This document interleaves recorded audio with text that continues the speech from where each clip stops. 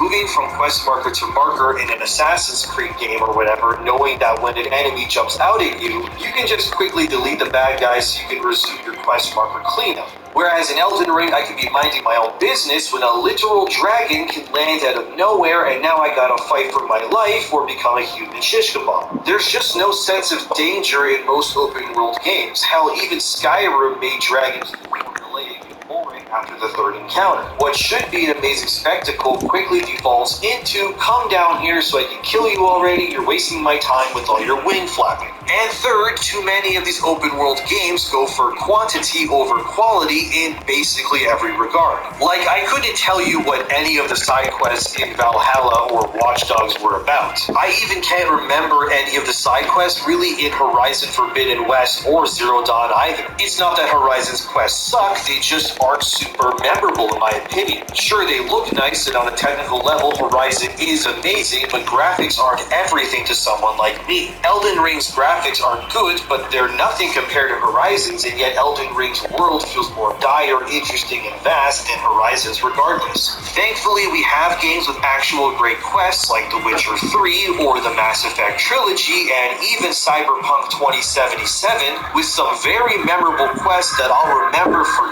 years, like this one where I'm nailing a guy to a cross while a film crew captures it all. The reason why Elden Ring annoys Western devs so much is because it was a success and did better than anything released by Western developers without relying on the same crutches they do when making games. Elden Ring has quests, but they're not clear-cut. You're not told to go somewhere to meet someone. You just discover them randomly when exploring. There isn't a bunch of markers on the map predetermining what you're going to discover before you get there. Whereas in Assassin's Creed, the game's compass not only tells you what is what in your vicinity, but even color codes the icons so you know exactly what kind of content you'll discover when you reach the marker. That ruins all the sense of exploration and discovery because there's nothing to find out because you basically already know. Whereas in Elden Ring, you just go and ride your horse and, oh look, it's a cave, wonder what could be in there. Oh my god. Elden Ring works because it rejects the Western game design philosophy, and that's great. Unfortunately, we do have game developers thinking they need to mold their visions to meet Western audiences, and the results are usually never good. Look at Ghostwire.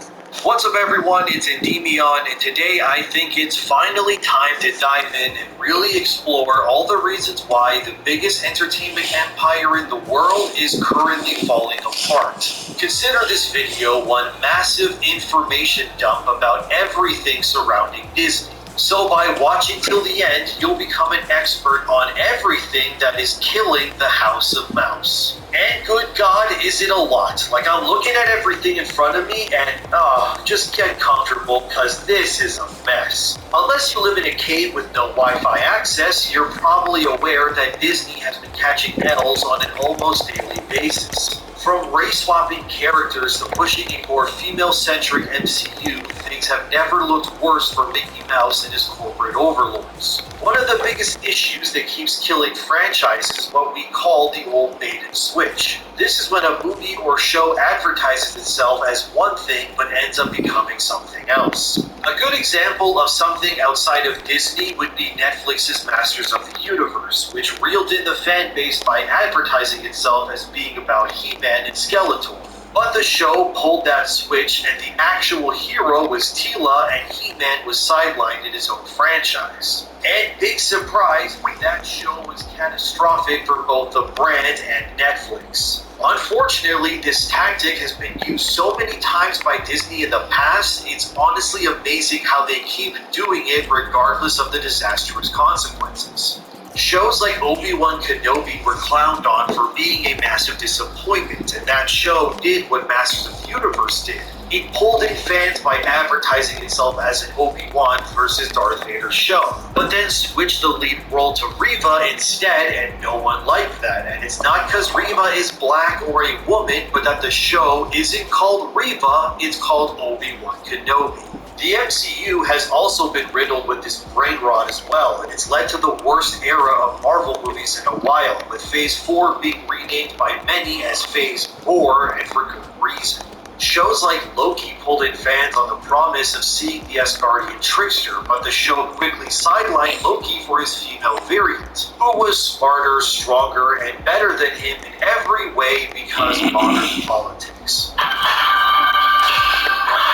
Hawkeye lured in fans by promising a show with one of the original Avengers, only to sideline him as well in favor of Kate Bishop, who's just a worse version of Hawkeye. Doctor Strange promised a multiverse of madness, but the only multiverse they visited was a universe where traffic lights meant the opposite of what we're used to. And Strange was sidelined in his own movie for America Chavez, another female character who comes from a universe where women can have children with each other because, well, you know why, you're not stupid.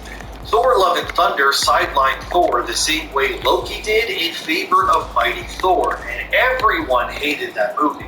Even Chris Hemsworth said if he were to come back as Thor, it'd have to be dramatically different due to how poorly received that movie was. Even in Shang-Chi, which was his debut movie, he was sidelined in favor of female characters. And Eternals made the main character of that franchise, which is Icarus, into a main villain because he's white and a straight man. And we can't have that today, can we? I'm going to die! And while we're talking about bait, I want to quickly go over the fiasco surrounding the upcoming Blade movie starring Mahershala Ali. According to sources like Bounding Into Comics and YouTuber Overlord DVD, who regularly leaks things from Disney, Blade's original script was so laughably bad, it caused the original director to leave the project. According to these rumors, in this original version, Blade's daughter Alex would co-star and would be fully human.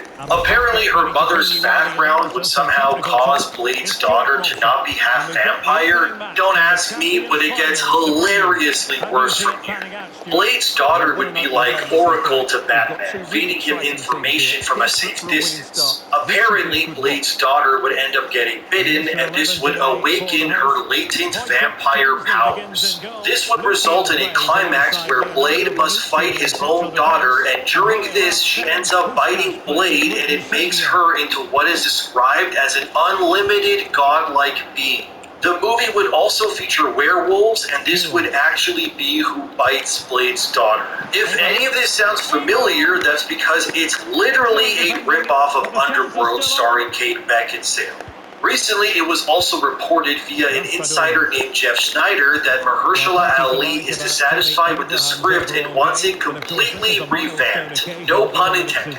Apparently, this new script centers more on Blade as the main character, but only has 2 action sequences in the entire movie, and they're described as lackluster. But the original plan, as of right now anyway, is for Blade to only exist in this first movie as a mentor to pass the torch immediately to his daughter Alex. It's just all a goddamn nightmare, but let me know what you think as always. And the only movie that didn't crap all over its legacy was Spider-Man No Way Home, and surprise, it made more money than several of these other disasters combined. So it's safe to say that when it comes to Marvel, Disney, like Amber Heard, is crapping the bed and then rolling in the sheets. This brain rot has gotten so deep that even shows like The Mandalorian are experiencing lower viewership levels than that of Book of Boba Fett, which was a show more disappointing than my own son.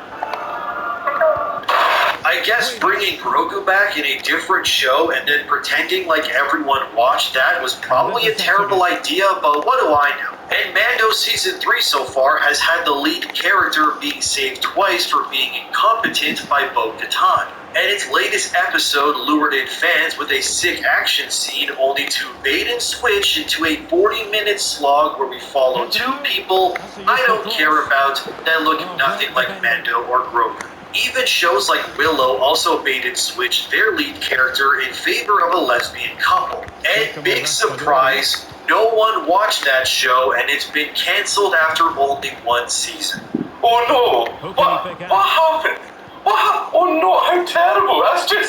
That's That's just awful. How terrible. Oh no. It's clear as day that these intersectional woke tactics are not working anymore, and Disney is bleeding money in some deluded crusade to feminize their entire company. What's funny is that a few months ago, Bob Iger, who's yet again the CEO of Disney after they fired the last CEO when he was at an Elton John concert, no, I'm not kidding, that actually happened, confirmed that Disney will be doubling down on diversity and inclusion regardless of the loss of revenue. And then a couple of months later, Bob Iger would yet again make headlines by announcing that Disney would be cutting over 7,000 jobs due to how poorly Disney Plus and the company at large is doing. These cuts are a part of a plan to reduce the spending of the company by $5.5 billion. Iger would go on to say, quote, "While this is necessary to address the challenges we're facing today, I do not make this decision lightly. I have enormous respect and appreciation for the talent and dedication of our employees worldwide, and I'm mindful of the personal impact of these changes," end quote. Mind you, these cuts will reduce Disney's overall workforce by about 4%, and the company plans to restructure its business into 3 core branches, those being Disney Entertainment, ESPN, and Disney Parks. And speaking of those parks, they're also bleeding money because Disney has kept its capacity for their parks at pandemic levels, meaning fewer customers are allowed in than usual. The other major issue is that these theme parks are just too damn expensive for most people to afford, leading to less revenue and empty venues. A major cause of this is what some sites call the loss of magic for the Disney brand as a whole, with their woke political angles towards everything, pushing fans away and alienating any new ones. And I know everything I've said so far is bad news, but guess what? It gets even worse. It turns out not only has Disney laid off thousands while refusing to lower their theme park prices, they're also reducing how much content they're making for Disney Plus going forward too. And the shows that are in the pipeline already have all been delayed to allow more time for quality control, which hopefully works. Despite all of this, Disney Plus has lost over 2.4 million subscribers in the last year. And while you may think this is because of woke politics, which yes it is to an extent, it's actually because of cricket of all things. Turns out Disney had the exclusive rights to India's premier cricket league for a long time, and this obviously brought in millions of fans. But Disney wasn't able to secure the rights in the future, and they were forced to remove the Cricket Premier League from the service. So I guess the reason why Disney Plus is on fire right now is because of woke identity politics and cricket. Well, the more you know. Iger was quoted saying that Disney plans to focus heavily on their strongest brands, from Marvel, Star Wars, and things like Avatar in the future. Which is all well and good, but it doesn't help that their 2 biggest franchises are being dragged through the mud almost constantly. Marvel's Phase 5 recently kicked off with Quantumania, and currently it's the worst performing movie in the Ant-Man trilogy, if you can believe that. As of this video, Quantumania has grossed $447 million worldwide. The original Ant-Man made $518 million, and its sequel did $623 million. This movie has Kang as its main villain, and even that couldn't persuade enough people to watch it, which is not a good thing.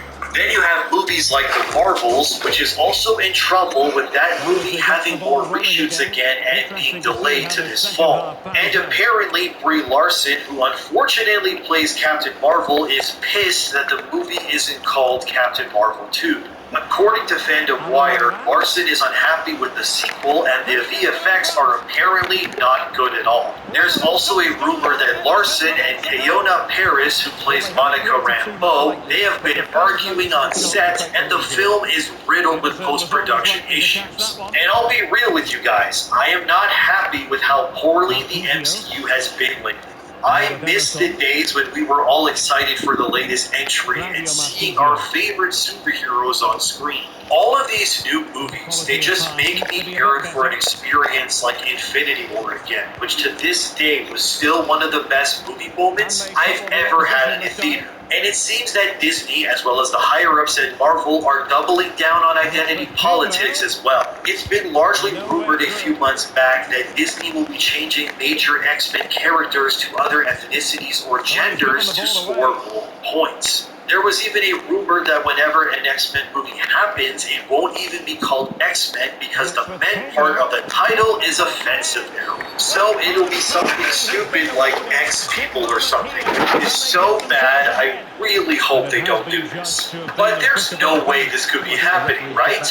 Well, it turns out they are kind of already doing this. Recently, it was reported that in the new issue of Bishop or College, that Bishop gets transported to an alternate universe by the Fenris twins. And in this new universe, both Jean Grey and Cyclops are black now. Of course, people can argue that this doesn't replace the original Cyclops or Jean, which is true, but Marvel has in the past changed things about characters in the comics to reflect what happens in the movies. A good example of this is when Marvel briefly made Scarlet Witch and Quicksilver into Inhumans instead of mutants, because at the time, Disney didn't own the film rights to X-Men. So in order to make those characters fit into a group that they owned, they became Inhumans, and the comics were forced to reflect that. Likely things like a black Cyclops or Jean Grey are being teased because Marvel and Disney are planning to raise these characters for diversity's sake. And I said in my previous video that Jean Grey will absolutely be race swapped because she's a red-headed white woman. And that particular subsection of representation seems ripe for cultural transforming these days for some weird reason. And for a company that champions diversity, it's incredibly ironic since in 2019, 10 female employees have accused Disney of pay gap discrimination, with 6 of these employees also being women of color. One of these employees is Nancy Dolan, who's been working for 18 years at the company as a senior manager of creative music marketing. According to Nancy's employee reviews, she's been operating far and above her role while showing the expertise and professionalism of someone multiple roles above her is currently. Her review said she is an unparalleled expert in her field, and her decisions alone led to the Beauty and the Beast remake having what was considered as the most substantial music marketing campaign that led that movie to global success. Regardless of this, 2 of her male colleagues who were in similar roles to hers were promoted, and she wasn't. There's dozens of these examples, but the point I'm trying to make here is that Disney is pushing for diversity and using LGBTQ people as scapegoats while not actually helping them. Bob Iger will sit there saying how diversity is so important, but will also largely ignore people for promotion because they're women or people of color. Well, first of all, our LGBTQ employees are very important to us, and we care deeply about them. That is a given. Secondly, this company has been telling stories for 100 years, and those stories have had a meaningful, positive impact on the world. And one of the reasons they've had a meaningful, positive impact is because one of the core values of our storytelling is inclusion and acceptance and tolerance. And we can't lose that. We just can't lose that. I think about Black Panther and the impact that had on the world, or a film like Coco, and I could go on and on. And how we actually change the world for the good. We must continue. We also, when you tell stories, it's a delicate balance. You're talking to an audience, but it's also important to listen to an audience. It's important to have respect for the people that you're serving, that you're trying to reach, and not have disdain for them.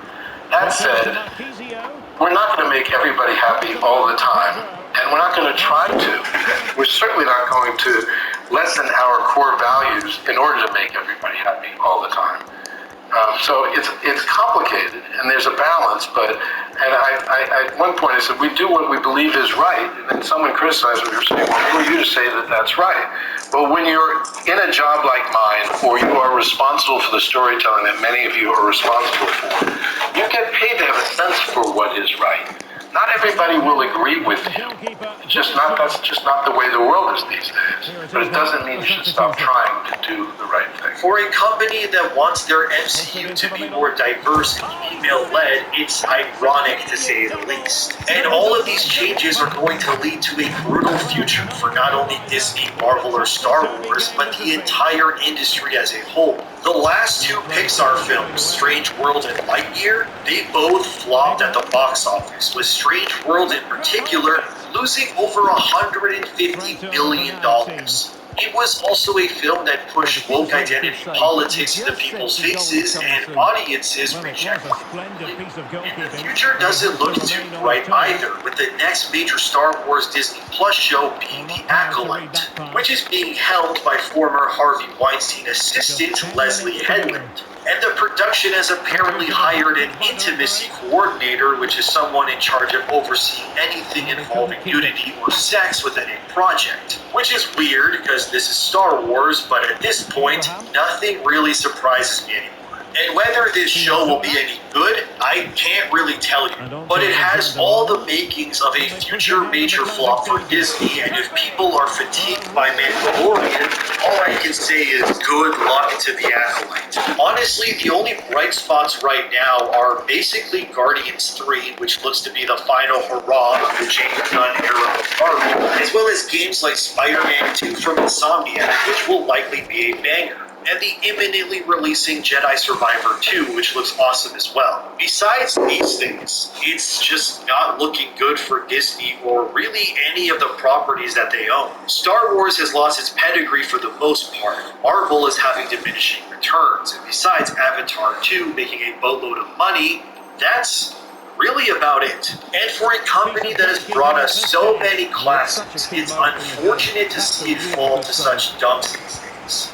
The Little Mermaid is either going to flop or be a major success, but the controversy surrounding that can of worms is exhausting too. Peter Pan and Wendy looks dead on arrival also, and Ironheart's Disney Plus series is apparently the most expensive so far. Which is unfortunate because I don't know anyone that even likes that character. In the end, Disney is in dire straits. Things are race-swapping every character that's white. It seems the House of Mouse might need to downsize to maybe a Shaq in the coming future if things keep going the way they are. From bait-and-switching everything to giving characters like Miss Marvel a TV show before characters like Ghost Rider, I couldn't tell you what's going through the heads of the people in charge.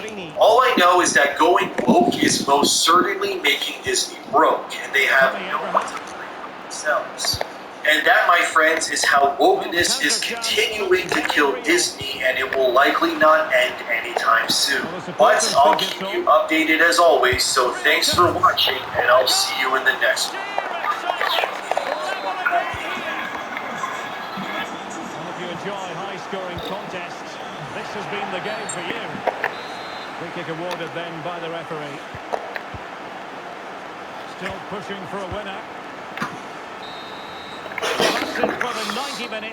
What's up, friends? It's Indeon, and in my last two videos I've covered various aspects of what I call the post-woke era, which is where I confidently believe we as a society are moving towards in the future. So today I want to examine the downfall of Hollywood and why its conquest to make everything woke and full of identity politics will lead to an eventual cultural reset. It doesn't take a genius to see that Hollywood as a whole is in a bad position these days. Prior to the pandemic, the Hollywood machine was printing money at astounding rates, with 2019 having a record-breaking $42.5 billion box office gross, with movies like Avengers Endgame crushing the box office, delivering one of the best superhero movies of all time. Well, in my opinion anyway. From 2008 to 2019, there have been signs of Hollywood becoming more identity politically driven, but for the most part, I would say Hollywood, during this time, was still able to release many bangers that didn't enrage audiences. Movies like Christopher Nolan's Inception or Tarantino's Inglourious Basterds, and other films that told a great story first, like Sicario, for example, which I loved. That dinner scene in the villa, whoa,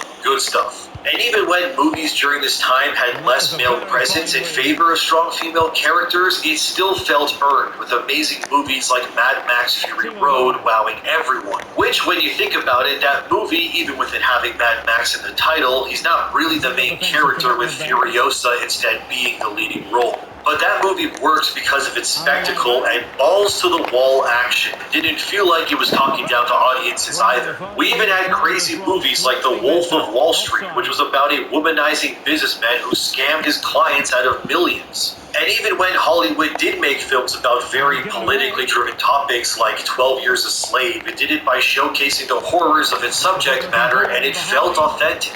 So like I said, from 2008 to 2019, Hollywood was booming like never before. The Marvel Cinematic Universe was birthed during this time and has now become the single most profitable franchise in Hollywood. But like the eras of history, time will inevitably lead to new beginnings. And with 2019's $42 billion box office, it's a far cry from our current times. 2020 understandably was a low point for Hollywood due to the pandemic, and 2021 lagged behind as well. 2022 would see the first slight increase with $26 billion, but it's still a ways off from the monstrous 2019 box office. While some would argue the death of Hollywood lately is because of the pandemic, I think it's a lot deeper than that. For the past few years, many of Hollywood's biggest franchises have all been infected with the brain rot that is identity politics. With a large bulk of what comes out these days mostly being remakes of beloved franchises, and then there's insane woke Hollywood releases like The Woman King. And I think out of any movie that has released recently, The Woman King might be the perfect example of why Hollywood is dying. The Woman King was made for $50 million and grossed roughly $98, with the film needing to break at least $100 in order to turn a profit, which it didn't. But money aside, I think a movie like The Woman King couldn't exist at any other time in history, and it's for all the wrong reasons. And I've been avoiding this film for months because of how politically charged it is until now. See, that film depicts the Agaje, an all-female army that serves the West African kingdom of Dahomey. The film's plot depicts these warriors as heroes who fight for justice, when in reality the actual kingdom of Dahomey was a brutal nation built upon the exports of slaves and human sacrifice. The film acknowledges these things somewhat, but chooses to still depict these characters as good. It's the epitome of woke Hollywood, where producers take a story that hits all the right political checkboxes but rewrites its history in order to make the movie happen so messages can be pushed. The reality is that this film's actual historical roots are extremely problematic and do not paint African people in a good light. And I hate to say it, but making a heroic war film about the Dahomey Kingdom would be like German people making a heroic film about Hitler but rewriting him and his empire to be empathetic to push a political message. Because the more I read about the Dahomey Kingdom, the more insane this entire film's existence became for me. For example, King Gezo, who's played by John Boyega, was actually known as the Slave King, with one of Dahomey's biggest exports being African slaves to other nations for profit. And this slave trade didn't end until the Europeans, of all people, stepped in to stop it. The film also shows the Agaje female warriors as badass fighters who could take on anyone, but in reality, they were massacred by the French. During the first Franco-Dahomeyan War, hundreds of their warriors were gunned down by French soldiers, and during the second war between the two nations, the French put an end to the Dahomey Kingdom and ended the slave empire forever. Apparently, during the Second War, at one of its key battles, almost the entirety of the Dahomey military was wiped out in a matter of hours by the French, with the Dahomey losing around 500 warriors during the battle and the French losing only 6 soldiers in the same fight. But the movie won't tell you this or mention it because the film was made by Hollywood to push a narrative. And this is one of the biggest problems with Hollywood these days, is that they would rather twist and rewrite history to make a film that pushes certain identity political checkboxes if it means their ESG score will rise and push the woke agenda. But they won't showcase nations like the Dahomey in a negative light because it is not politically correct. correct, even though it would be right to do so considering its history. I also found it curious that the Woman King doesn't really shed light on the whole human sacrifice angle the Dahomey were known for. Men were allowed to have multiple wives of varying ages, and when a king or high-ranking male died, the grim reality is that the Dahomey would force the wives of these powerful men to drink poison in order to follow their husbands into the afterlife. And once I discovered this, it was even more perplexing as to why this pivotal societal role wasn't showcased in The Woman King, but the reason is obvious. Because revealing that the nation behind a movie called The Woman King, which by the way the title makes no sense in the first place, would lose all credibility if audiences found out that the all-female warriors served a small fanatical group of powerful men, and we can't have that in media these days. Viola Davis, who stars in The Woman King, had this to say as well. But here's the thing I'm going to add to that. It will just be a moment if people don't come see the movie. Okay? Because you're sending a very clear message to a machine called Hollywood. A machine called Hollywood is interested in green. It just is. It is what I do. So if you don't come see it, then you're sending a message that